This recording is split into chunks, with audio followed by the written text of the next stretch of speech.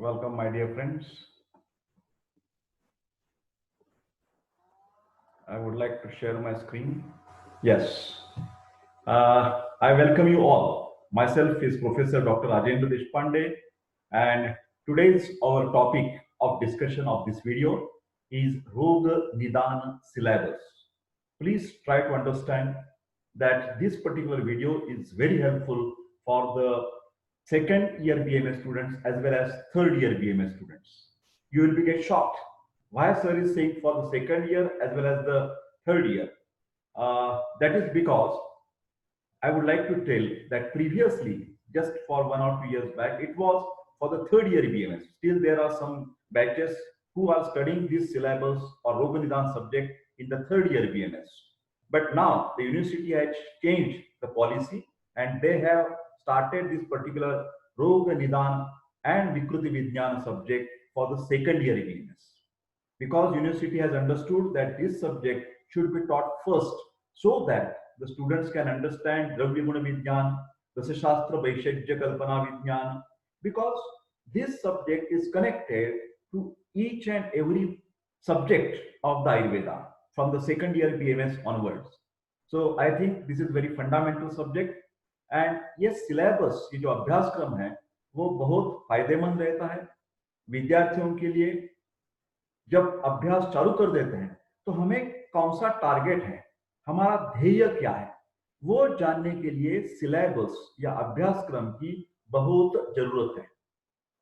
तो इसके लिए CCIM central council of Indian medicine, ये जो बड़ी वाली संस्था है हमारी दिल्ली में स्थित, वो पूरा का पूरा भारतवर्ष में जो आयुर्वेदिक कोर्सेज चलाते हैं उसका अभ्यासक्रम निर्धारित करते हैं और उसके आधार पर हर एक विद्यापीठ वो इंप्लीमेंट कर देते हैं। तो ये जो मेरे वीडियोस हैं वो इंग्लिश स्क्रिप्ट आपके सामने है और मैं बातें हिंदी में करता हूँ, इंग्लिश में भी करता हूँ। तो जो लैंग्वेज आपको पसंद है उसी से आप फायदा ले सकते हैं।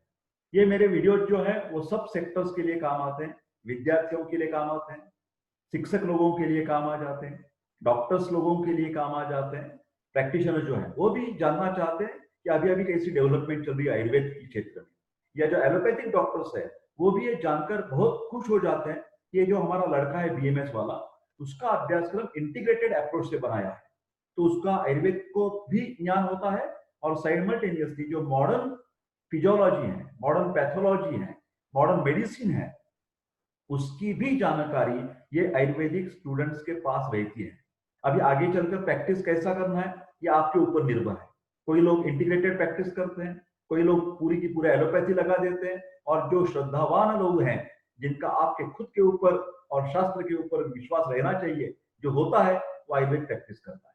मैं आपको सलाह दूंगा कि आप आयुर्वेद ग्रेजुएट कर रहे हैं तो ये एलोपैथी मॉडर्न समझना अच्छा है, फिर आगे चलकर उसका फायदा, उस ज्ञान का फायदा हमें हमारी साइंस, हमारी जो शास्त्र आयुर्वेद शास्त्र उसमें चिकित्सा करना, उसमें संशोधन करना और उसके ऊपर आगे आगे चलकर प्रगति करवा लेना, ये खुद की और साइंस की, ये आपकी सबकी बहुत जिम्मेदारी है। चलो चलते हैं, डायरेक्टली वीडियो चालू कर देते हैं। सब्जेक्ट वाइज रोग निदान ये सब्जेक्ट है हमारा, रोग निदान और विकृति विज्ञान। ये देखिए ये नाम कैसा आया है, रोग का मतलब है व्याधि, परेशानी। लोग पेशेंट्स लोग हमारे पास आते हैं तो कुछ ना कुछ कंप्लेंट्स करते हैं, उसको बोलते हैं सिम्टम्स, और डॉक्टर वो सिम्टम्स के अनुसार, लक्षण के अनुसार कुछ जांच करवा लेते हैं, शरीर की जांच पहचान, तो उसके बोलते हैं क्लिनिकल एग्जामिनेशन। तो उसको जो फाइंडिंग्स मिलते हैं, जैसे कि एक पेशेंट कह रहा है मेरे को कि मेरे पेट में दर्द हो रहा है, I am having the pain in abdomen, तो ये सिम्टम हो गई। जब हम पेट पाल्पेट करेंगे, उदर परीक्षण करेंगे, एग्जामिनेशन ऑफ एब्डोमेन करेंगे, और हमको लगा कि जो यकृत अवयव है उसमें जरा बढ़ावा आया है, उसका आकारमान बढ़ गया है, जिसको बोलते हैं हिपैटोमेगैली। जब लीवर का साइज बढ़ता है तो हिपैटोमेगैली, और हिपैटोमेगैली भी है, और जब डॉक्टर लोग वहां पर स्पर्श करते हैं तो पेशेंट डॉक्टर मत स्पर्श कीजिए, तो उसको बोलते हैं टेंडरनेस। तो पेन इन एब्डोमेन, पेट में दर्द हो रहा है, इसको बोलते हैं रुग्ण संवेद्य लक्षण, सिम्टम बोलते हैं सिम्टम। और डॉक्टर की एग्जामिनेशन होने के बाद डॉक्टर केस पेपर पर लिख देते हैं हिपैटोमेगैली, यकृत का आकारमान बढ़ गया है, और टेंडरनेस। तो ये दो चीजें जो है, जो डॉक्टर ने खुद जान ली है, उसको बोलते हैं वैद्य संवेद्य लक्षण, साइन, SIGN। एक शब्द हो गया सिम्टम और दूसरा शब्द हो गया साइन, बिल्कुल ध्यान में रखिए। तो ये सब बातें आती है रोग निदान सब्जेक्ट में। पेशेंट को उसकी सिम्टम के अनुसार क्लिनिकल एग्जामिनेशन करना, कुछ इन्वेस्टिगेशंस करना, और फाइनली उसको क्या बीमारी है, कौन सा व्याधि है, कौन सा रोग हो गया है। तो यहां पर है शब्द रोग। रोग का मतलब है व्याधि या डिसीज। उसका निदान कर देते हैं, डायग्नोसिस करवा लेते हैं कि इस भैया को ब्रोंकियल अस्थमा है, श्वास की बीमारी है।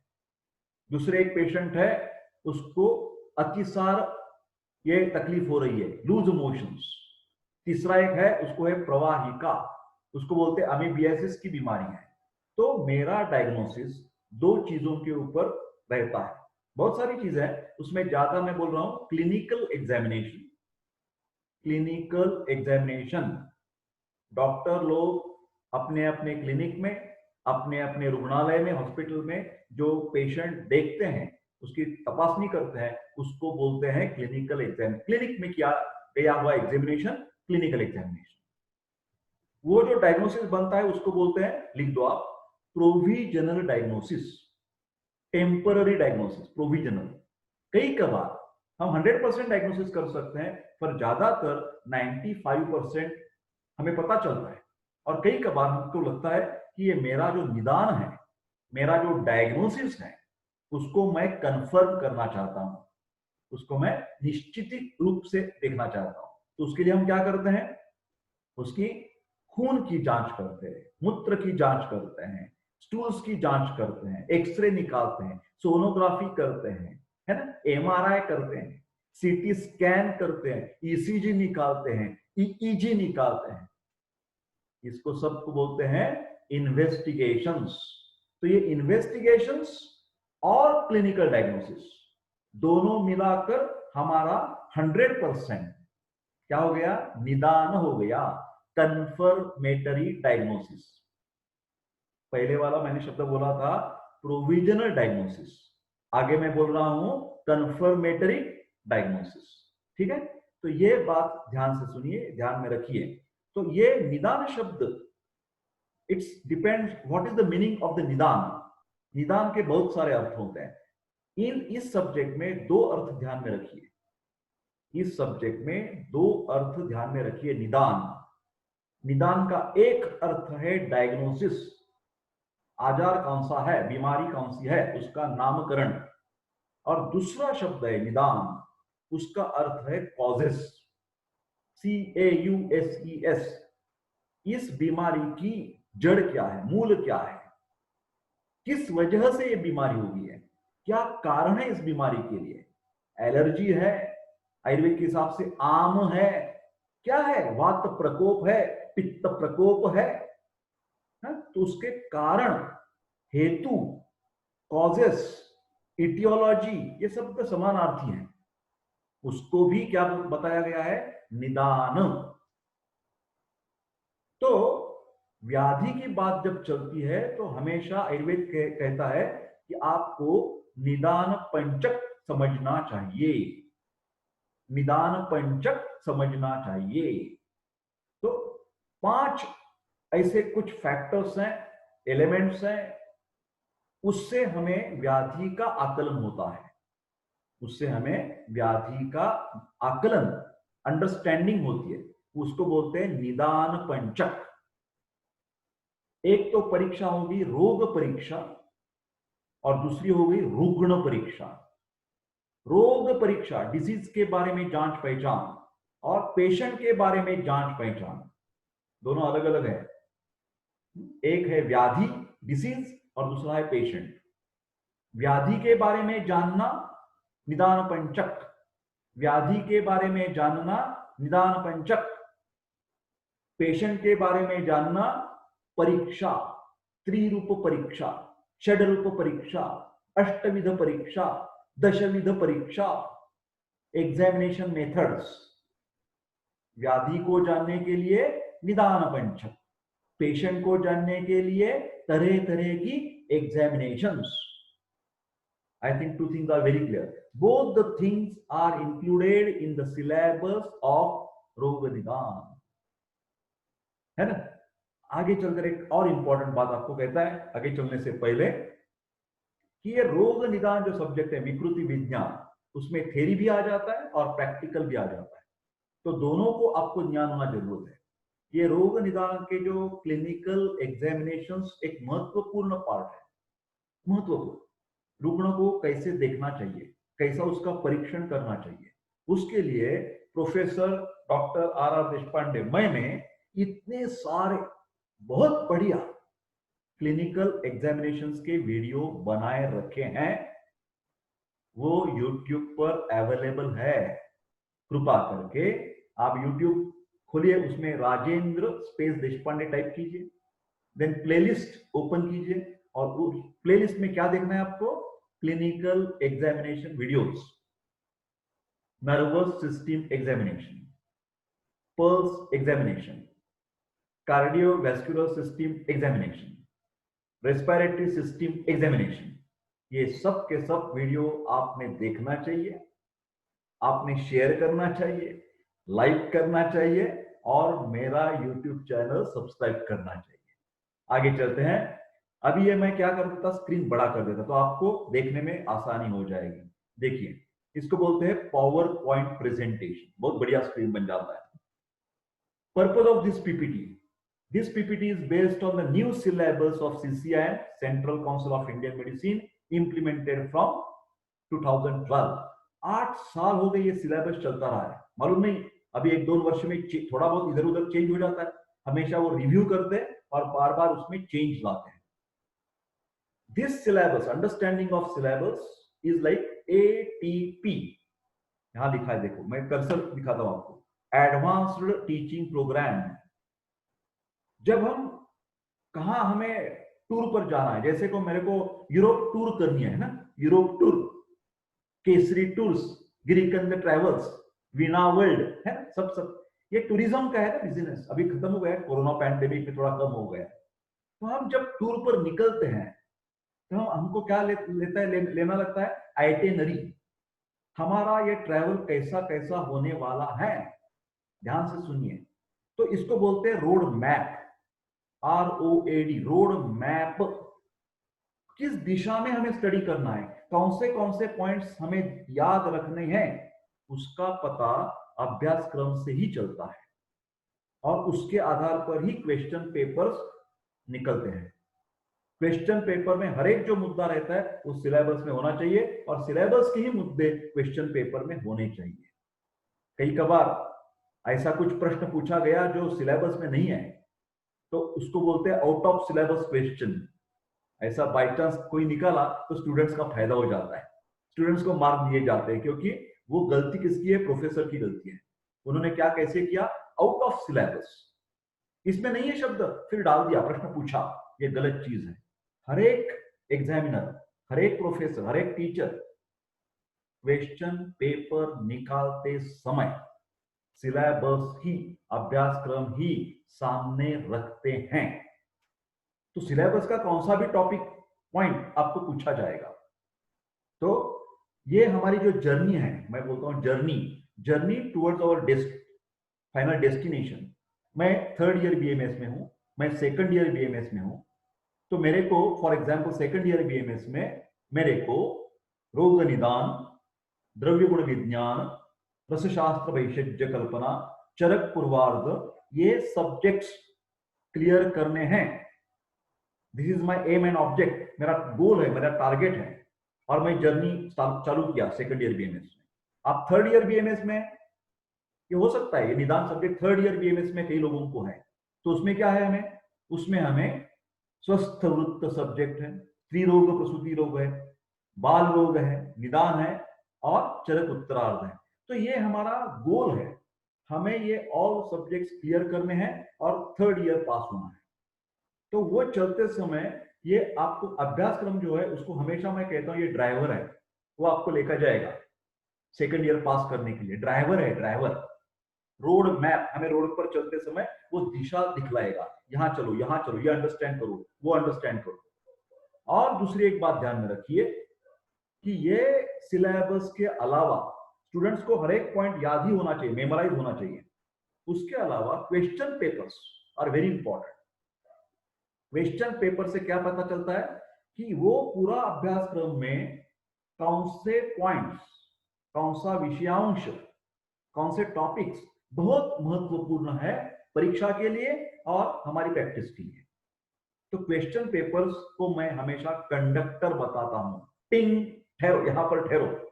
हमें सिलेबस पढ़ते जाते बीच बीच में रुकना है, बीच बीच में रुकना है और हमें देखना है कि ये टॉपिक मेरे को ज्यादा अच्छा आना चाहिए। एक बात तो ध्यान रखिए, मेडिकल स्टूडेंट्स को ऑप्शनल ऐसा कुछ नहीं होता, पूरा का पूरा आपको अभ्यासक्रम याद ही होना चाहिए प्रैक्टिस में। मैं जानता हूं, मैं कभी भी ऐसा नहीं कहता कि स्टूडेंट्स में एग्जाम ओरिएंटेड बन जाओ, नहीं भैया, नहीं, ऐसा मत कीजिए।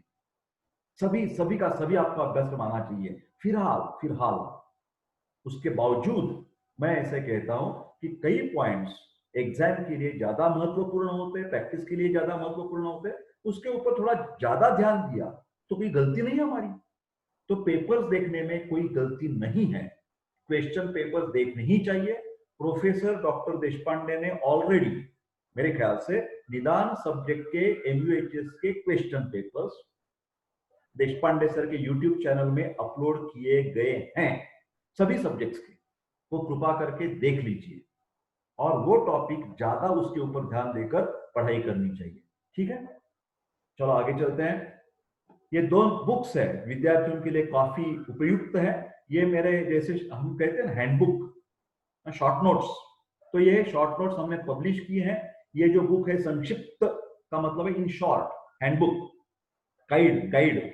तो रोग विज्ञान और विकृति विज्ञान पेपर 1 और 2 में से जो जो इंपॉर्टेंट टॉपिक, जो इंपॉर्टेंट श्लोक्स हैं, जो स्पष्टीकरण है, आयुर्वेद का है, मॉडर्न पैथोलॉजी का है, वो सब इकट्ठा करके मराठी और इंग्लिश में ये बुक लिखा गया है। और ये अलग बुक है कि मॉडर्न सिर्फ पैथोलॉजी आपको जाननी है, बड़े बड़े बुक्स नहीं देखने मेरे को, छोटा सा काम होना चाहिए 150 पेजेस में। तो इसके लिए भी एक छोटा सा हैंडबुक बनाया है प्रोफेसर देशपांडे ने। ये दोनों बुक्स आप मेरे को मेल कर सकते हैं, मैं उसको बता दूंगा। ये थोड़े प्राइस है, उसके नॉमिनल प्राइस रहती है, और आपको मैं PDF भेज सकता हूँ। ये देखिए, थ्योरी के आपको 2 पेपर्स रहेंगे, 100 मार्क्स ईच, एंड प्रैक्टिकल भी 100 मार्क्स की रहेगी। ध्यान से सुनिए, ये 100 मार्क्स में से 10 marks from each paper will be taken from the internal examination. Ayurveda के अभ्यासक्रम में कॉलेज भी हर एक टर्म के बाद कम से कम 2 टर्म्स में इंटरनल अंतर्गत परीक्षा लेते हैं, और अंतर्गत परीक्षा के मार्क्स विद्यापीठ को भेजे जाते हैं, और विद्यापीठ की जो मार्क लिस्ट बनती है वो इकट्ठा कर बनती है। तो इंटरनल एग्जामिनेशन में पास होना कंपल्सरी है, मैंडेटरी है, बहुत जरूरत है, आवश्यक चीज है। इंटरनल में फेल हो गए, यूनिवर्सिटी में total result will be failed. Separate passing है, सेपरेट पासिंग। हाँ, तो इंटरनल परीक्षा में आपको पास होने की जरूरत है। हाँ, ध्यान से सुनिए। तो आपका फाइनल पेपर जो आएगा वो 90 मार्क्स का आएगा। ध्यान से सुनिए, 90 मार्क्स। हाँ, प्रैक्टिकल में भी वैसे ही है, प्रैक्टिकल में 10 marks will be taken from the internal practical examination. Okay, क्या क्या टॉपिक से पेपर 1 पार्ट 1 की बात चल रही है? दोष दुष्चादि विज्ञान। दोष तो जानते हैं आप, वात, पित्त और कफ। ये कैसे है? जब फिजियोलॉजिकल स्टेटस है तो बहुत फायदेमंद है, जैसे लाइक गॉड। फिलहाल वो वात प्रकोप, पित्त प्रकोप, कफ प्रकोप, वो प्रकोपित हो गए, एंग्री हो गए दोष, तो मानो कि आपकी कोई खैर नहीं है अभी, वो अटैक करेंगे। वात पित्त कफ हमारे धातुओं के ऊपर, मलों के ऊपर, स्रोतसों के ऊपर अटैक करते हैं। जिसके ऊपर दोष अटैक करते हैं उन पदार्थों को बोलते हैं दुष्य। तो दुष्य कौन से हो गए? धातु, रस, रक्त, मांस, मेद, अस्थि, मज्जा, शुक्र, मूत्र, पुरुष, श्वेत, और 13 स्रोतस, ये क्या बन गए? दुष्य। व्हेन दोष विल अटैक ऑन देम। तो उसका आपको जान पहचान होने की जरूरत है। डेफिनेशन एंड इंपॉर्टेंस ऑफ रोग निदान, अभी अभी मैंने कह दिया इसका इंपॉर्टेंस। देन सामान्य निदान एंड सामान्य लक्षण ऑफ दोष वृद्धि क्षय एंड प्रकोप। जो बोल्ड किए ना, रेड या ब्लैक कलर में बोल्ड है, वो सिर्फ आप टिप्पणी कर दीजिए आपकी नोटबुक सामने रखकर। उसके ये बहुत महत्वपूर्ण टॉपिक्स है जिसका श्लोक्स आपको बाय हार्ट, जिसको बोलते हैं ना इंग्लिश में, उसको बोलते हैं बाय हार्ट, मराठी मध्ये पाठच करून टाकायचे। All the students, they ask me, Satdev, whether the shlokas are compulsory for the Ayurveda, whether the shlokas are compulsory for the Ayurveda, whether I will pass if I don't write the shlokas. This is the fear in the mind of the students. मेरे प्यारे दोस्तों, फिक्र मत कीजिए, फिक्र मत कीजिए। श्लोक पाठ है तो बहुत अच्छी चीज है। Is like a SIM card in your mobile. Shlokas are like SIM card in your mobile. इतनी इतनी सी कार्ड रहती है, उतनी कितनी 64 GB मेमोरी कार्ड। देखो आप, 64 GB, कितनी इंफॉर्मेशन भरी रहती है। आपके सिनेमा रहते हैं, श्लोक रहते हैं, देशपांडे की वीडियोस रहते हैं, उतने सी मेमोरी कार्ड में। कार्ड इतना सा है। उसी तरह श्लोक 2 लाइन्स का रहता है, फिर उसका जो स्पष्टीकरण है वो तुरंत आपको याद आ जाएगा if you remember only 2 lines. So श्लोक का महत्व इतना ही है कि आपको शॉर्ट जगह पर, आपकी मेमोरी की जगह बिताते हुए आपको बहुत बढ़िया ज्ञान मिल जाएगा। It's like a formulae in the chemistry. So उसके ऊपर थोड़ा थोड़ा ध्यान दीजिए, बार बार पढ़ना, इसके अलावा कुछ चारा नहीं है। और पेयर में या ग्रुप में पढ़ाई करना, एक दूसरे को बोलना, ये पुस्तक हाथ में रखो, मेरे को वात वृद्धि के लक्षण पूछो तो मैं बता दूंगा। कार्श कार्ष्ण उष्ण कामित्व शंक आनह, है ना, कार्श कार्ष्ण उष्ण कामित्व शक्रग्रहण। ये जो श्लोक है आपको बताते जाना है, और वो सामने वाला जो बताएगा, अरे रुको रुको रुको, ये गलती होगी। तो इसी तरह आप पाठांतर कीजिए। श्लोक का पाठांतर प्रैक्टिस में भी काम आ सकता है, फिर उससे घबराने की जरूरत नहीं है। श्लोक नहीं लिखा तो भी आप पास हो सकते हैं, ज्यादा मार्क्स से भी पास हो सकते हैं। Understanding is important, meaning of the श्लोक इज वेरी इंपॉर्टेंट, न कि ओनली श्लोक। फिर जैसा मैं बोलता हूं कि हमारा पेपर आंसर बुक है, वो दूध है ना, तो बिना शक्कर, बिना कुछ मसाला, कोजागिरी पूर्णिमा, हम दूध पी सकते हैं, तो आंसर बुक्स हो जाएगा आपका कंप्लीट, शक्ति मिल जाएगी। फिर उसमें थोड़ी सी शक्कर डाल, थोड़ा सा बादाम एलमंड डाल दिए, तो उसकी जो दूध की जो पावर है वो बढ़ती है। उसी तरह जब आप श्लोक ओरल के टाइम बताते हैं, प्रैक्टिस आंसर बुक लिखते समय रिटर्न में लिखते हैं, तो उससे ज्यादा मार्क्स मिलने की संभावना रहती है। क्योंकि वो बोलते हैं अरे ये पढ़ाई ज्यादा अच्छा कर रहा है वर्ग का लड़का, तो उसको जरा मेरिट के मार्क्स देते हैं। पासिंग में कोई सवाल नहीं आएगा। दूसरी एक बात है, स्टूडेंट्स मेरे को पूछते हैं, सर पूरा का पूरा श्लोक नहीं आता था तो मैंने नहीं लिख दिया। ये गलत चीज है, गलत चीज है। श्लोक में से आपको एक शब्द याद है, 5 शब्द याद है, एक लाइन याद है, जो भी याद है उतना लिखो। एक एग्जाम्पल बता देता। अभी जैसे मैं बात कर रहा था, वात वृद्धि के लक्षण पूछे गए हैं, कार्श कार्ष्ण उष्ण कामित्व कंप आना शकृतग्रहण बल निद्रा इंद्रिय भ्रंश प्रलाप भ्रमदीनता। ये देशपांडे सर है इसलिए उनका याद है, स्टूडेंट को कैसे याद होगा? देशपांडे सर तो बूढ़े हो गए पढ़ाते पढ़ाते, तो उनको याद होना ही चाहिए। वो इसी तरह मैं बात करता हूं। तो एक लड़के को याद आ रहा है कि कार्श कार्ष्ण उष्ण कामित्व, आगे का याद नहीं आ रहा है, कोई चिंता की बात नहीं। आप कैसे लिख सकते हैं?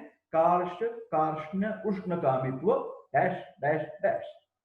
तो उसको लगेगा एग्जामिनर को, because of the time factor, वो थोड़ा गड़बड़ी होगी, उसको पूरा याद नहीं, फिर उसको याद करने की कोशिश की है, कोशिश को भी मार्क्स दिए जाते हैं। तो श्लोक लिखने से आपको ज्यादा फायदे एग्जाम में भी मिल जाएंगे, प्रैक्टिस में भी मिल जाएंगे, और थोड़ी सी जगह में, मेमोरी की जगह में आप ज्यादा जो इंफॉर्मेशन है वो स्टोर कर सकते हैं। ये इसका फायदा है।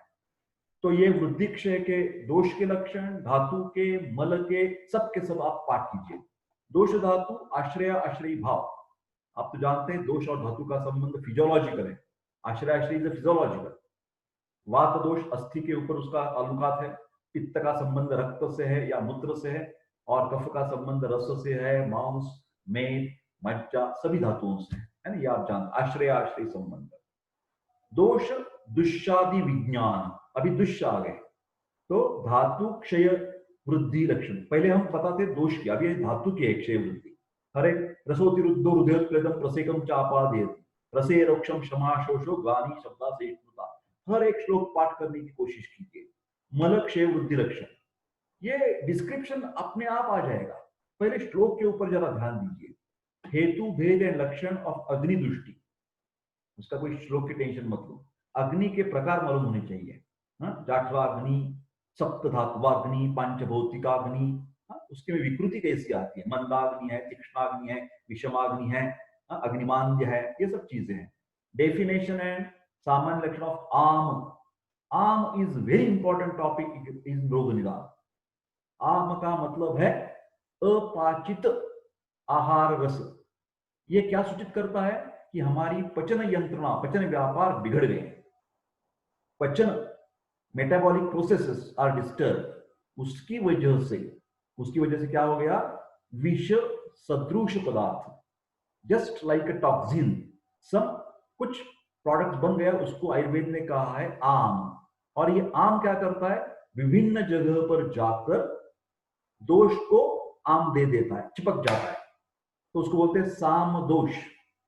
ये जो टॉक्सिन है वो मल धातुओं को चिपक गया, तो उसको बोलते हैं साम धातु।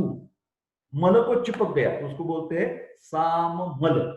तो ये बहुत इंपॉर्टेंट चीज है, प्रैक्टिस में बहुत सारी बीमारियां, बहुत सारी, एक सूत्र है आयुर्वेद में, रोगाहा सर्वे अपि मंदेग्नौ, पूरे के पूरे जो आजार है, बीमारियां हैं, वो किसकी वजह से होते हैं, अग्निमांद्य, weakness of the digestive fire, metabolic process में कुछ गड़बड़ी है, प्राथमिक पचन में या धातु स्तर के पचन में, तो उससे क्या होता है, ये आम निकल आता है, और आम जो विभिन्न स्रोतस में जाकर चिपक जाता है, चिपकने से क्या हो जाता है, ऑब्स्ट्रक्शन। डॉक्टर देशपांडे हमेशा कहते हैं उसको popular traffic jam. Traffic jam is a main incidence in the pathology according to Ayurveda. स्रोतो दुष्टि, स्रोतो वैगुण्य, ये किससे पैदा होता है, आम से पैदा होता है। तो हमें प्रैक्टिस में आम की चिकित्सा करनी पड़ती है, जिसको हम दीपन पाचन कहते हैं। त्रिकटु टैबलेट हमेशा हम लेते हैं, त्रिकटु का मतलब है सुंठ, मरीच एंड पिप्पली, ये आम पाचन करता है। साम जैसे दोष होते, हम त्रिकटु दे दिया, आम पाचन के उपचार कर दिए, तो वो निराम हो जाता है। ध्यान से सुनिए, दोष की वृद्धि है और उसके साथ आम आ गया, तो साम दोष बन गया। सामता निकलने से वृद्धि कम नहीं हुई, वृद्धि के लिए अलग उपचार करने पड़ेगी, डिटेल में बाद में कहूंगा। दोष पाक एंड धातु पाक लक्षण श्लोक है, बहुत इंपॉर्टेंट श्लोक है। दोष पाक का मतलब है जो बिगड़े हुए दोष हैं उनको हमारी औषधि दवा से धीरे धीरे उसके सुधार आ रहा है, दोष में नॉर्मल हो गए वो दोष, उसको बोलते हैं दोष पाक। So it is a more toward the physiology, and धातु पाक इज अपोजिट।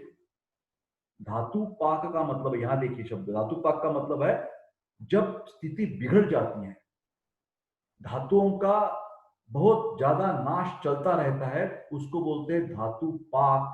सो धातु पाक indicates the more problem, more seriousness, and दोष पाक is better improvement in your disease. Okay, concept and classification and diagnosis of आवरण। शब्द क्या है, आवरण। ये देखिए आवरण, ये कुछ मैंने कुछ चीज मैंने हाथ में ले ली, घड़ी ले ली, उसके ऊपर मैंने मुट्ठी बंद कर दी है ना, ये देखिए घड़ी है और मुट्ठी बंद कर दी, तो ये मुट्ठी का घड़ी के ऊपर आवरण आ गया। आवरण का मतलब है कवरिंग, ऑब्स्ट्रक्शन। ये मैं अभी घड़ी नहीं देख पा रहा हूं, घड़ी नहीं चल रही क्योंकि जोर से मैं लगा रखा हूं, तो आवरण से क्या हो जाता है, जो अंदर वाली चीज है उसका कार्य बिगड़ जाता है। तो आवरण दोष धातुओं के ऊपर करते हैं, आम दोषों के ऊपर करता है, धातु परस्पर के ऊपर आवरण करते हैं। आवरण का अलग एक ही शब्द में लिखिए, एक कवरिंग है और कवरिंग से प्रॉब्लम क्या आ गया, ऑब्स्ट्रक्शन का प्रॉब्लम आ गया। तो नो दोनों चीजें गड़बड़ी होगी ये। तो उसमें हमें लक्षण कैसे मिलेंगे, कुछ लक्षण इसके भी मिलेंगे, कुछ लक्षण आवरण की भी मिलेंगे। हाँ, जैसे मैं कहता हूं कि अपानावृत, आयुर्वेद के लोगों के लिए आप अपान आवृत मेरे समान वायु है, एक सिंपल सी चीज है। कई लोगों को कॉन्स्टिपेशन की शिकायत रहती है, मलावष्टंभ, टट्टी को अच्छे नहीं होना, तो उसकी वजह से उसका पचन बिगड़ जाता है। पचन के लिए कौन जिम्मेदार है, पेरिस्टाल्टिक मोमेंट्स के लिए समान वायु। तो समान वायु की गति बिगड़ गई, किसकी वजह से बिगड़ गई, जो अपान वायु नीचे काम कर रहा था अनुलोम गति से, वो अनुलोम नॉर्मल मूवमेंट नहीं चल रही, वो ऊपर आ रहा है, और उसकी वजह से वो पूरा आवरण लगा दिया, कवरिंग कर दिया, ऑब्स्ट्रक्ट कर दिया समान की गति को। ध्यान से सुन लो ना, तो उसको बोलते हैं अपानावृत समान। अपान ने अवृत कर दिया, किसको कर दिया, समान वायु को कर दिया। ठीक है, दोष गति एंड रोग मार्ग, ये कंसेप्ट है। दोष और रोग कहां कहां फैल जाते हैं हमारे शरीर में, कई सिर्फ कोष्ठ में रहते हैं, central part of your abdomen, कई कबार दोष हमारे हड्डियों में चले जाते हैं, कई कबार सिर में चले जाते हैं। सो देयर आर 3 पार्ट्स, कोष्ठ गति, शाखा गति एंड मध्यम मार्ग। तो मध्यम मार्ग का मतलब है बहुत serious diseases concern with the heart, brain and kidney, उसको बोलते हैं मध्यम मार्ग। Very serious problems. This is the most important topic of रोग निदान सब्जेक्ट, स्रोतस। स्रोतस का मतलब है मैक्रो एंड मैक्रो चैनल्स, हमारे शरीर के सूक्ष्म और स्थूल मार्ग। वैसे तो पूरे शरीर में देखा जाए माइक्रो और मैक्रो चैनल्स तो अगणित है, n नंबर ऑफ चैनल्स। ये देखिए ना, ये होल्स बोलते हो ना, कितने होल्स हैं, इतने सारे होल्स हैं। सेल मेम्ब्रेन कैसा बना है, पूरा पोरस है ना, पोरस। तो उसी के हिसाब से ये होल्स, चैनल्स, हॉलो पैसेजेस, इसकी गिनती नहीं हो सकती। फिलहाल प्रैक्टिस के लिए, व्यवहार सुविधा के लिए आयुर्वेद कहता है कि 13 स्रोतस का महत्व ज्यादा है। प्राण अन्न उदक वह स्रोतस, रस रक्त मांस में अस्थि मज्जा शुक्र वह स्रोतस, मूत्र पुरुष स्वेद वह स्रोतस। हर एक स्रोतस का दुष्टि लक्षण और दुष्टि हेतु, ये दो श्लोक है। 13 multiplied by 2, 26 shloka you must learn by heart. बहुत फायदा हो जाएगा आपका। व्याधि विज्ञान, अभी व्याधि की बात कर रहे हैं, इसमें ज्यादा क्या लिखा है उन्होंने, सिनोनिम्स, क्लासिफिकेशन ऑफ व्याधि। दिस इज इंपॉर्टेंट टॉपिक, बहुत बार पूछा जाता है कि व्याधि के प्रकार कैसे बताया आयुर्वेद ने। देन बीज भाग अवयव दुष्टि, इसको बोलते हैं हेरिडिटरी एंड जेनेटिक डिसऑर्डर्स। जैसे male gamete and female gamete, जो स्त्री एंड पुरुष है बीज, उसको बीज कहते हैं। बीज भाग क्रोमोसोम्स है, बीज भाग अवयव जीन्स है। तो ये सब जेनेटिक डिसऑर्डर्स की बात आयुर्वेद ने बताया है सिलेबस में। एक अलग टॉपिक है ICD classification of diseases of WHO and DSM classification. ये थोड़ा अलग चीज है, महत्वपूर्ण चीज है, जो अभी तक ज्यादा पूछी नहीं है, फिर पूछी जा सकती है, ओरल के लिए बहुत इंपॉर्टेंट है।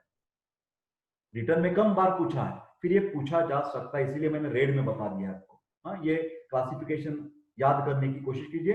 ये अभी अभी नया ऐड हुआ है, हमारे पुराने जमाने में ये टॉपिक नहीं था।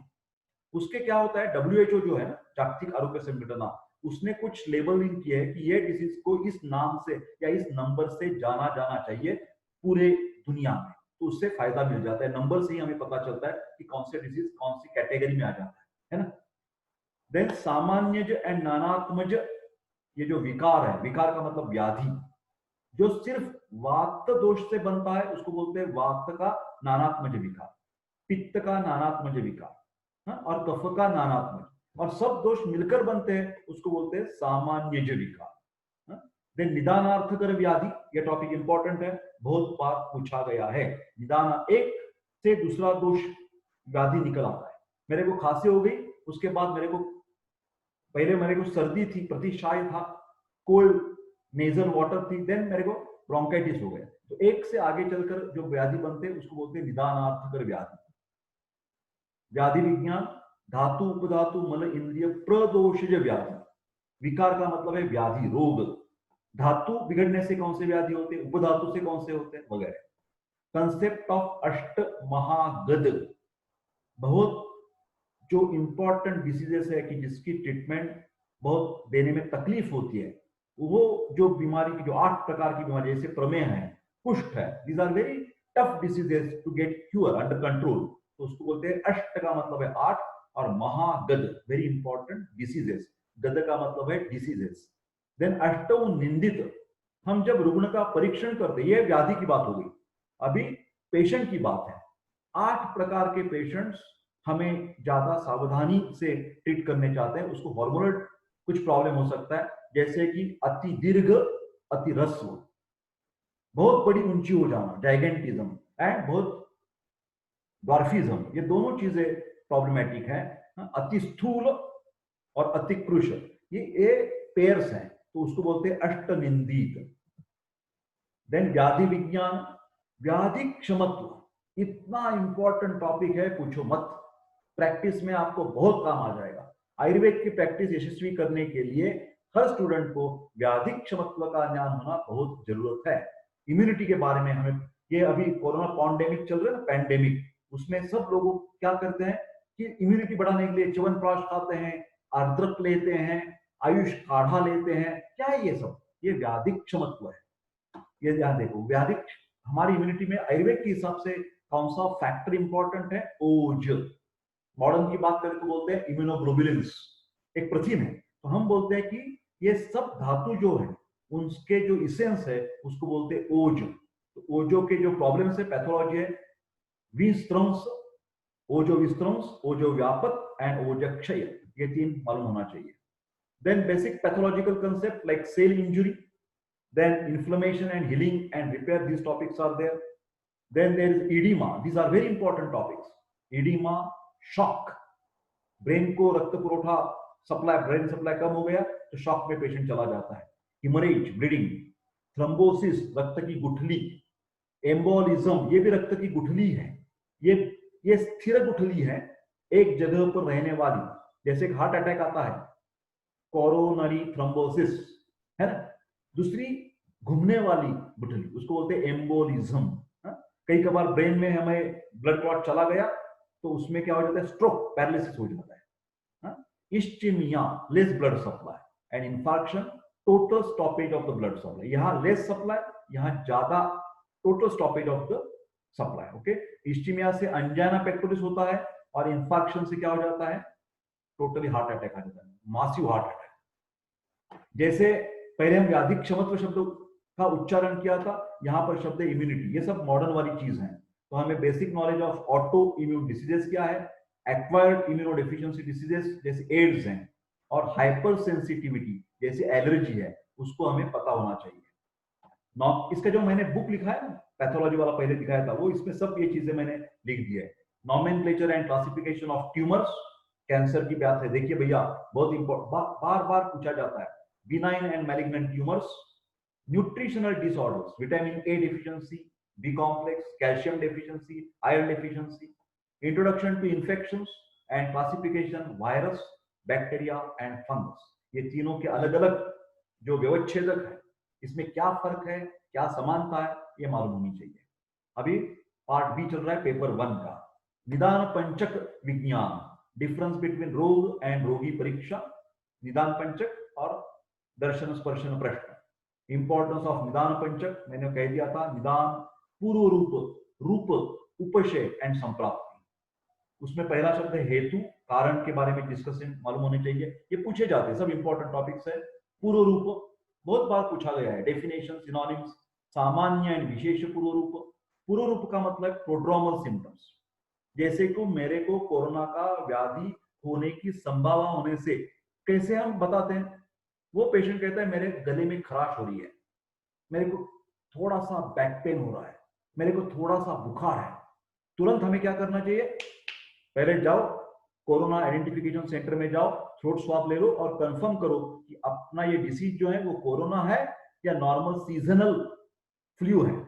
देखिए पहले प्रोड्रोमल वार्निंग सिग्नल्स हमें मिलते हैं, बाद में कंफर्मेटरी सिग्नल्स आ जाते हैं। तो रूप का मतलब है डायरेक्टली सिम्टम्स एंड साइंस।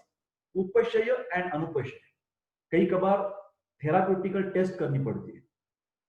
सेक दो, जो आर्थराइटिस है उसके ऊपर जरा तेल लगा दो, आराम मिला तो ठीक है, आराम नहीं मिला तो भी हम जान सकते हैं। आराम नहीं मिल रहा है तो इसका मतलब है आपके जो जॉइंट पेन है उसकी कारण आम है, थोड़ा सा गड़बड़ी वाली बात चल रही है, मैं समझ सकता हूं। फिर इसलिए fast revision of the whole syllabus. Okay, संप्राप्ति बहुत इंपॉर्टेंट टॉपिक रोग निदान सब्जेक्ट में। संप्राप्ति के प्रकार मालूम होने चाहिए, उसका अर्थ मालूम होना चाहिए। संप्राप्ति का मतलब है पैथोजेनेसिस, षट क्रियाकार। ये देखिए पहले वर्ष में हमने पढ़ा था फिजियोलॉजी में, पूर्व जैसे ना चय प्रकोप प्रसर स्थान संशय व्यक्ति and death, these are the different stages of the disease, you must learn this. उपद्रव का मतलब है कॉम्प्लिकेशन, एंड उदरक का मतलब है रेमनेंट, जो कुछ चीजें हमारे शरीर में डिसीज खत्म हो जाने के बाद भी हमारे शरीर में रहते हैं, वो चीज को बोलते हैं उदरक।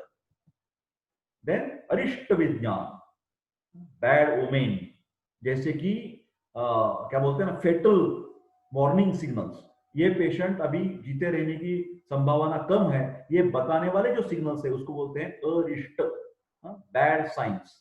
देन साध्या साध्यत्व, that is called the prognosis, साध्य व्याधि है या याप्य है या अनुपक्रम्य है, इट्स अ क्यूरेबल और इनक्यूरेबल।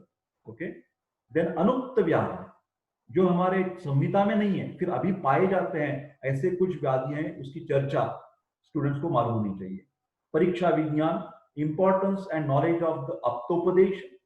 देन दशविध परीक्षा, त्रिविध परीक्षा, चतुर्विध परीक्षा एंड षड्विध परीक्षा, ये सब डिफरेंट टाइप्स ऑफ एग्जामिनेशंस हैं। Then importance and knowledge of कारणादि दशविध परीक्षा, दुष्यम देशम बलम कालम अनलम प्रकृति वया सत्वम सात्यम तथा आहार, इसको भी दशविध परीक्षा यहां लिखा है, ये जरा अलग चीज है। परीक्षा भाव जो है कारण, कारण संस्कार करण एक्सेट्रा, कार्योनि, वो बाद में हम देखेंगे। Importance and knowledge of the दशविध परीक्षा, basic knowledge of the electrocardiogram. मेरे प्यारे दोस्तों, प्रोफेसर डॉक्टर देशपांडे ने ऑलरेडी एक बहुत सारे इंपॉर्टेंट ईसीजी कैसा निकालना है, ईसीजी का रीडिंग आता है तो कैसे पढ़ना है, इसके इतने इंपॉर्टेंट वीडियो बना रखे हैं और यूट्यूब पर अवेलेबल है, आप जाकर देखिए वो videos. USG, X-ray, CT scan and MRI, इसका भी नॉलेज होना चाहिए। पेपर 2 अभी निदान पंचक, उसका बारे में बात की है, उपद्रव, अरिष्ट एंड साध्या साध्यत्व। ये सेकंड पेपर जो है ना पूरा का पूरा डिसीजेस वाला है, तो इसमें जो इंपॉर्टेंट डिसीज है उसका, आयुर्वेदिक डिसीजेस ज्यादातर एग्जाम में पूछे जाते हैं और मॉडर्न के डिसीज का जो वर्णन है उसके बारे में पूछा जाता है ओरल के। लिखित परीक्षा में, रिटर्न में मॉडर्न एस्पेक्ट थोड़ा सा कम पूछा गया अब तक, उसकी कोई गारंटी नहीं दे रहा हूं मैं। फिर ज्यादातर आपको आयुर्वेद का जो व्याधि का वर्णन है वो ज्यादा सोच समझकर, उसके हेतु क्या है, ये ज्यादातर उसकी संप्राप्ति क्या है, ये दो चीजों पर ध्यान दीजिए, हेतु और संप्राप्ति और लक्षण, ये तीन चीज बहुत महत्वपूर्ण। ज्वर की बात है तो उसको सब प्रकार निराम ज्वर है ना। देन धातुगत ज्वर है। Then this is parallel concept for modern pathology और medicine, malaria, typhoid, dengue fever, influenza and chikungunya, ये सब के सब वीडियोस, मेरे ऑडियो वीडियोस यूट्यूब पर अवेलेबल है। पांडु, जैसे कि बोलते हैं पांडु है, ये रसव स्रोतस के व्याधि, ध्यान से सुनिए, रसव स्रोतस। पांडु का मतलब यहाँ नीचे कुछ लिखा है, आमवात, हृदरोग एंड शोथ। पांडु पैरेलल टू एनीमिया, आमवात parallel to rheumatic fever and rheumatoid arthritis, हृदरोग और कार्डियक प्रॉब्लम्स एंड शोथ oedema. These are just for better understanding, Ayurveda की बात ज्यादा समझनी चाहिए। ठीक है, यह देखिए anaemia and classification, rheumatic fever, rheumatoid arthritis, hypertension, angina, ischaemic heart diseases, myocardial infarction and CCF. मेरे प्यारे दोस्तों, वहां मेडिसिन क्लास करके एक प्लेलिस्ट है हमारे मेरे वीडियो के चैनल में, तो जरूर आप ये सब, बहुत सारे डिसीजेस मैंने ऑलरेडी अपलोड किए हैं, बहुत सारे वीडियोस है, कृपा करके एक एक वीडियो कान पर ये हेडफोन डालकर लीजिए और नोट्स निकाल लीजिए उसका बराबर बराबर। नोट्स करने से फायदा होगा। कामला, रक्त पित्त, वात रक्त, ये रक्तवश होतस है, अभी देखिए रक्तवश होतस, शीत पित्त, देन महाकुष्ठ, विसर्प, क्षित्र एंड क्षुद्र कुष्ठ। इसको पैरेलल यहां लिखा है। कामला का मतलब है इन्फेक्टिव हेपेटाइटिस या जॉन्डिस। रक्त पित्त का मतलब है ब्लीडिंग डिसऑर्डर्स। वात रक्त का मतलब है गाउट एंड रूमेटॉइड आर्थराइटिस। क्रोष्टुक शीर्ष का मतलब है ट्यूबरकुलस आर्थराइटिस। शीत पित्त का मतलब है अर्टिकेरिया। महाकुष्ठ का मतलब है स्किन डिसीजेस। विसर्प का मतलब है एरिसिपेलस। क्षित्र का मतलब है ल्यूकोडर्मा। ये सब व्याधि है। Just for understanding, not for writing purpose. Ayurveda का आयुर्वेद के हिसाब से लिखना पड़ेगा आपको, मॉडर्न के हिसाब से मत लिखो। हमेशा ध्यान दो कि क्वेश्चन कैसे पूछा गया है। वो टिपिकल आयुर्वेदिक टर्मिनोलॉजी में पूछा गया है तो आपको सिर्फ आयुर्वेद लिखना है। एक एग्जाम्पल देता, मराठी में बोलते हैं कामला, कामलाचे सविस्तर वर्णन करा, कामलाचे हेतु पुरोरूप रूप लिहा। उसका ट्रांसलेशन नीचे आता है। 3 लैंग्वेज में क्वेश्चन पेपर आता है, उसमें लिखा रहता है डिस्क्राइब कामला, हेतु, पुरोरूप, लक्षण। नीचे आता है कामला व्याधि का हेतु पुरोरूप लिखिए। यहां कहीं भी उन्होंने जॉन्डिस शब्द का इस्तेमाल नहीं किया है। तो नहीं किया है तो आपने भी नहीं करना चाहिए। आपने पूरा का पूरा पहला आयुर्वेदिक टॉपिक लिखना है और 2-4 लाइनें मॉडर्न के लिख सकते हैं। फिर आयुर्वेद की परिभाषा में प्रश्न है तो आयुर्वेद का ही उत्तर आना चाहिए। और मॉडर्न का प्रश्न पूछा गया, और एक बात बता देता, जैसे कोई प्रश्न आया आपको, डिस्क्राइब सिकल सेल एनीमिया, तो आपने लिखने चालू कर दिया, ये रक्तवश स्रोतस का व्याधि है, उसमें रक्त दुष्टि हो जाती है, रक्तस्राव ज्यादा हो जाता है, आरबीसी कम हो जाता है, तो ये पित्त का व्याधि है। गलत चीज है। सिकल सेल एनीमिया पूछा गया है, मॉडर्न टर्मिनोलॉजी है, तो मॉडर्न के हिसाब से ज्यादा लिखना है 95% and 5% supplemented with Ayurvedic. Ayurveda के परिभाषा में प्रश्न पूछा गया तो आयुर्वेदिक एक्सप्लेनेशन 95%, थोड़ा बहुत 5% मॉडर्न का टॉपिक लिखना है। तो प्रश्न ध्यान से पढ़िए, सोचिए और बाद में आंसर कीजिए। नहीं तो आपको लगेगा सर कामला आपने बता दिया था वीडियो में जॉन्डिस, तो मैंने सर इतना अच्छा लिखा है जॉन्डिस के ऊपर। अरे मेरे प्यारे दोस्तों, आपने कामलान कामान लाती थी कामला नहीं लिखी, आपने बहुपित्ता कामला नहीं लिखी, आपने स्रोतोरोध कामला नहीं लिखी, तो कैसे मार्क्स मिलेंगे आपको? जो प्रश्न पूछा है उसका दृष्टिकोण क्या है, आयुर्वेद जानना चाहता है या मॉडर्न जानना चाहता है? तो परिभाषा बहुत इंपॉर्टेंट है एग्जामिनेशन के टाइम, लिखित, written as well as the oral. Ask the examiner what I should tell, Ayurvedic aspect या मॉडर्न एस्पेक्ट। चलो आगे चलते हैं। हिपेटोमेगैली, लीवर बढ़ जाना, स्प्लिनोमेगैली, स्प्लीन बढ़ जाना, leukaemia blood cancer, thalassaemia and sickle cell anaemia. Urticaria skin diseases है, सोरियासिस, एक्जिमा एंड पेम्फिलस। माउस ओवर स्रोतस, गलगंड यहां पर, and thyroid disorders, hypothyroidism, hypothyroidism. मेदोवर स्रोतस, स्थौल्य, ओबेसिटी, कार्श, वेट लॉस एंड प्रमेह, डायबिटीज मेलिटस। ये पैरेलल शब्द है। अगेन प्रश्न किस लैंग्वेज में पूछा है, मतलब आयुर्वेद की परिभाषा है या मॉडर्न की है? आपको पूछा गया प्रमेह व्याधि के हेतु बताकर संप्राप्ति लिखिए। कृपा करके डायबिटीज मत लिखिए, मार्क्स नहीं मिलेंगे आपको, 0 मिलेगा, क्योंकि प्रमेह पूछा है भैया। दूसरा एक आदमी है, उसने एग्जामिनर ने पूछा डिस्क्राइब ओबेसिटी। ओबेसिटी का मतलब ओबेसिटी। पहले 95% आप सब बॉडी मास इंडेक्स के बारे में लिखिए, स्किन फोल्ड थिकनेस के बारे में लिखिए, सब ओबेसिटी की बात कीजिए। 5% स्थूल्य के बारे में लिखिए। मेरे ख्याल से बहुत जोर जोर कर मैं बात कर रहा हूं, आपको समझ में आया होगा। अस्थि एंड मज्जावस्रोतस, वात व्याधि बहुत इंपॉर्टेंट है। अक्षेप, अपतंतक, अर्दित, अर्दित वेल्स पाल्सी उसको बोलते हैं, अर्दित फेशियल पाल्सी।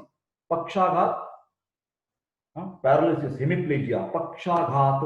यहां पक्ष का मतलब बर्ड नहीं है, पक्ष का मतलब है हैंड्स एंड लेग्स, एक्सट्रीमिटी।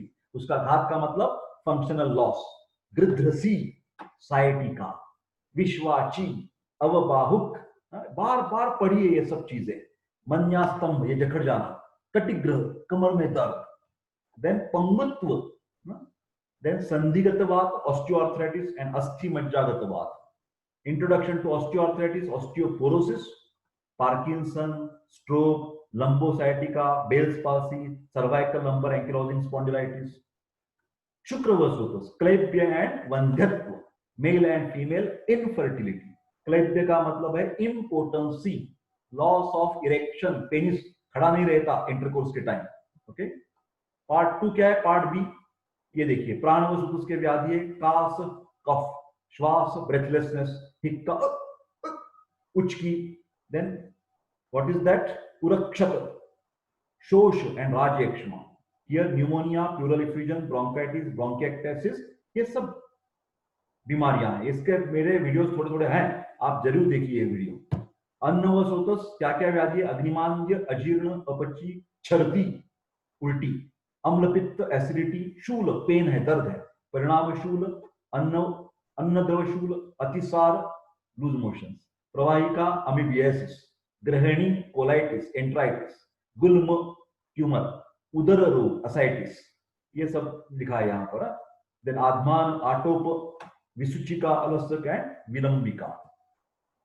अन्नवसोतस चल रहा है, peptic ulcer, irritable bowel syndrome, diarrhoea, dysentery, constipation, IBD, irritable bowel syndrome अलग है, इन्फ्लेमेटरी बाउल डिसीज अलग अलग, दोनों में गड़बड़ी मत कीजिए. ये दोनों IBS शॉर्ट फॉर्म सेम है या थोड़ा फर्क है, IBD हो जाता है.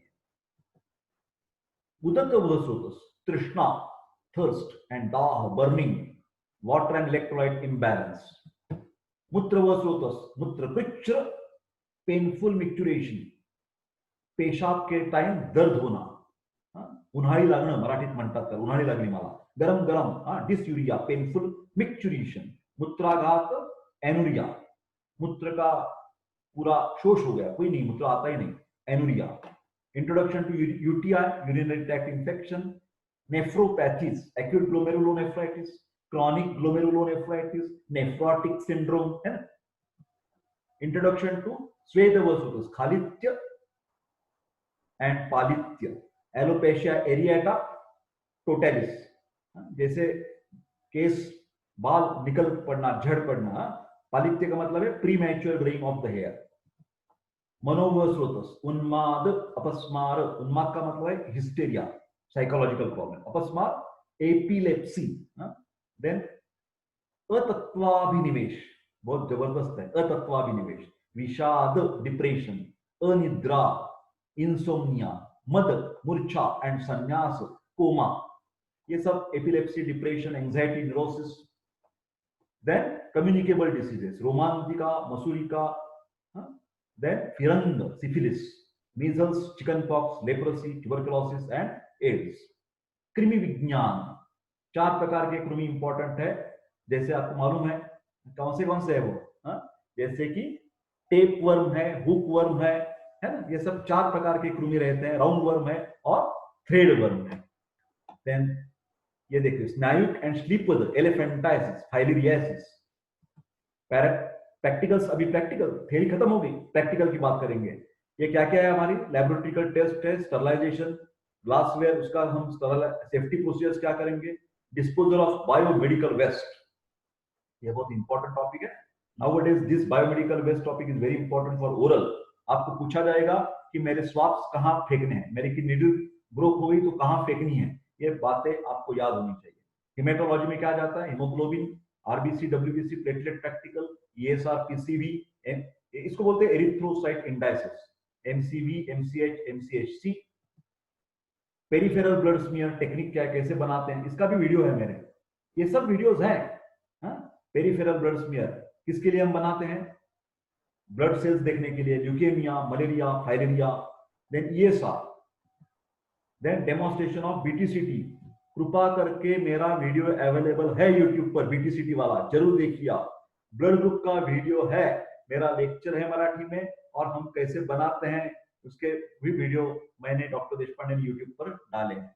यूरिन प्रैक्टिकल देख बनाया है मैंने वीडियो, आप जाकर देखिए और मेरा चैनल सब्सक्राइब कीजिए. ये सब उधर मिलेंगे आपको. Physical examination, chemical examination, urine की कैसे करते हैं हम, protein, sugar, bile salt, bile pigment and ketone body. 5 physical, 5 chemical और 5 माइक्रोस्कोपी। यूरिन एग्जामिनेशन का करने का वीडियो भी है और ये पीपीटी के साथ एक अलग वीडियो है, यूरिन टेस्ट कैसे करते हैं, उसका महत्व क्या है, जरूर देखिए आप ये सब वीडियो। स्टूल एग्जामिनेशन, साम एंड नीलाम परीक्षा is very important. Occult blood test, खून, स्टूल में खून है या नहीं है। Sputum examination specially for the AFB, acid fast bacilli. TB का हम के कंफर्मेटरी टेस्ट क्या करते हैं, थूक की जांच करवाते हैं। 3 दिन लगातार 3 कॉन्जिक्यूटिव डेज वो तपासनी करनी चाहिए, ठीक है। सीमेन एग्जामिनेशन, इनफर्टिलिटी के केसेस में जब husband and wife comes to you, अब family comes to you and वो आपको बताते हैं कि ये अभी शादी को 3 साल हो गए, 2 साल हो गए, उनको बच्चा नहीं हो रहा है, तो कौन सी एग्जामिनेशन पहली करनी चाहिए। Whether you send the lady to the sonography, whether you do the gynaecological examination, नहीं नहीं नहीं, पहले आप करेंगे सीमेन एग्जामिनेशन। पुरुष में जो वीर्य निकलता है उसमें जब स्पर्म्स कम रहेंगे तो that is the basic cause of infertility, तो पहले हमेशा पुरुष की जांच करनी चाहिए, ठीक है, semen examination. Then biochemical test है, blood glucose, bilirubin, urea, lipid profile, creatinine and uric acid. ये सब डिफरेंट टेक्निक्स है। RA and Widal test, laboratorical record, journals है। बिसाइड प्रैक्टिकल, क्लिनिकल एग्जामिनेशन, ये सब वीडियोस मेरे ऑलरेडी हैं, तो आप देखिए। General and systemic examination, instruments used for the clinical examination.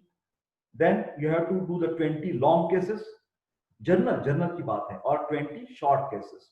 Short case में क्या आ जाता है, सिर्फ जो स्रोतस बिगड़ा हुआ है, विकृति, और नाड़ी मूत्रम बलम जिह्वा शब्द स्पर्श ध्रुवाकृति। Then ECG, USG and radio imaging technique, x-ray. इसको मार्क्स कैसे दिए जाते हैं, जर्नल देखते हैं 10 मार्क्स दिए जाते हैं, उसके ऊपर ओरल होती है।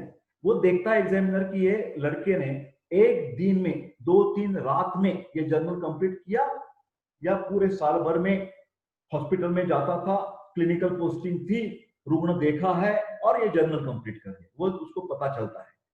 आइडेंटिफिकेशन ऑफ इंस्ट्रूमेंट 10 मार्क है। लैबोरेटरी एक्सपेरिमेंट्स 20 मार्क्स है। Short case 10 mark, long case 20 marks and viva voce 30 marks का है। रेफरेंस बुक सब लिखे हैं, माधव निदान है, नाड़ी दर्शन है, नाड़ी विज्ञान, प्रोफेसर राम आर सिंह का एक पुस्तक है, विलियम बॉयड, हर्षमोहन तो बहुत प्रसिद्ध है, उससे ही हमने नोट्स निकाल कर आपको छोटे बुकलेट दिया है। तो ये बड़े बड़े बुक्स देखने की कोई जरूरत नहीं है, ऐसा मेरा कहना है। फिर ये रेफरेंस के लिए मैंने उधर छोड़े हैं आपके लिए, जैसे सिलेबस में उन्होंने प्रिंट किया है, चेम्बरलिन, ये पुस्तक। मेरा एक क्लिनिकल एग्जामिनेशन का एक बुक, बढ़िया बुक है, क्लिनिकल एग्जामिनेशन, बहुत छोटा सा है, चेम्बरलिन से ही हमने नोट्स बनाए, बहुत अच्छे नोट्स आपके लिए। वो चाहिए तो आप वो भी मेरे को मेल कर बुला सकते हैं, क्लिनिकल एग्जामिनेशन। हचिसन और चेम्बरलिन, ये दोनों का वो छोटा सा बुक देशपांडे सर ने बनाया है। ये सब मेहता वाला बुक है, उमा चतुर्वेदी का एक बुक है, बहुत सारे बुक्स हैं वहां पर। हर्षमोहन का है बेसिक पैथोलॉजी। और आखिर में 1 घंटा खत्म हो जाने की बात है, तो मैं आपको सबको बहुत बहुत धन्यवाद देता हूं कि मेरे सब वीडियोस और सब ये जो मैं कोशिश करता हूं उसको आप हमेशा दाद देते हैं, आप लाइक्स करते हैं, मेरे ऊपर कमेंट छोड़ देते हैं, सर बहुत बढ़िया काम कर रहे हैं, स्टूडेंट्स को काम आ रहा है, अच्छी ढंग में छोटी छोटी बातों में आप एक्सप्लेन कर देते हैं। तो मेरे प्यारे दोस्तों, आपको ऐसा लगता है कि कुछ टॉपिक जो है पूरे पुराने जमाने में मैं क्लासेस की बात करता था, मैं क्षमा चाहता हूँ, फिर अभी मेरे को टाइम की वजह से वो पूरे का पूरा सिलेबस खत्म करने की बात नहीं जमती, नहीं बात समझ में आती। तो मैं जिस स्टूडेंट को पूछता हूँ कि जिसको भी छोटा छोटा टॉपिक चाहिए, हर एक 1 घंटे का टॉपिक है, 2 घंटे का, 1.5 घंटे का टॉपिक है, तो उसके लिए हम छोटे छोटे क्या बोलते हैं वीडियोस बना सकते हैं स्टूडेंट्स के साथ, और वो स्टूडेंट्स जो हैं वो अपने अपने हिसाब से उसका जो पेमेंट है वो भी मेरे को कर सकते हैं। तो मैं आपको सबको बहुत बहुत धन्यवाद देता हूं और विनंती भी करता हूं कि मेरे सब वीडियोस आपके जो भी व्हाट्सएप के ग्रुप्स है उसमें शेयर कर दीजिए। उन लोगों को मेरी तरफ विनंती कर दीजिए कि डॉक्टर देशपांडे के चैनल जो है वो सब्सक्राइब कर दीजिए, तो उसको उनसे एनर्जी मिलती है। मेरे को कुछ बाकी नहीं चाहिए, मेरे को प्राइजेस नहीं चाहिए, अवार्ड्स नहीं चाहिए, पद्म भूषण कोई नहीं चाहिए, मेरे को आपका प्रेम चाहिए, आपका आशीर्वाद चाहिए और आपकी सदिच्छा चाहिए। बहुत बहुत धन्यवाद। अभी हम खत्म कर देते हैं वीडियो और बाद में मिलेंगे अगले वीडियो में। Thank you very much, take care of yourself, thank you, bye bye.